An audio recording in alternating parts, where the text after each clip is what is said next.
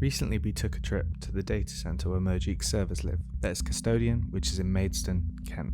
The purpose of the trip was to add in some capacity and to do some maintenance work. We thought it might be interesting to show you some of the innards of the search engine whilst we were at it. Here is a 1TB hard disk drive being screwed into a hot swap tray. Up until recently we've mostly used 500GB or 1TB drives, as they have been more economical than solid state drives. But the price to value is starting to make SSDs more attractive, so this might change in the near future. This drive is a Western Digital Gold Enterprise Class Serial ATA hard disk drive, which is being fitted into a Supermicro hot swap tray.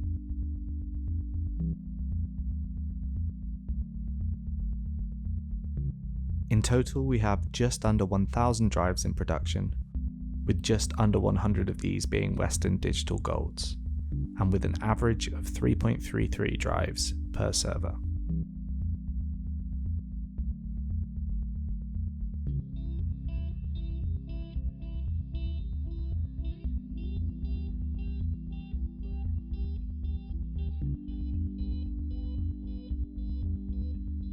Up until recently, we've been using converter trays for the few SSDs that we do have, as they're quite a lot smaller than the HDDs, but we won't be from now on. You'll have to wait for a blog post later in order to find out why.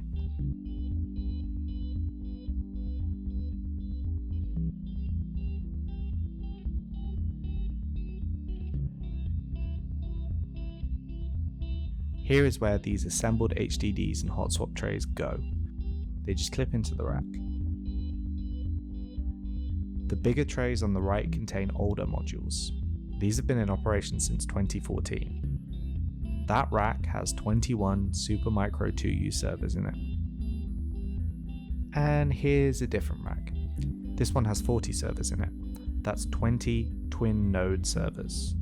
Each 2U server chassis has 2 nodes which are placed side by side. The bit that we're fitting here contains CPUs, heatsinks, and RAM. If you're wondering where the fans are, don't worry, those are fitted to the chassis of the server.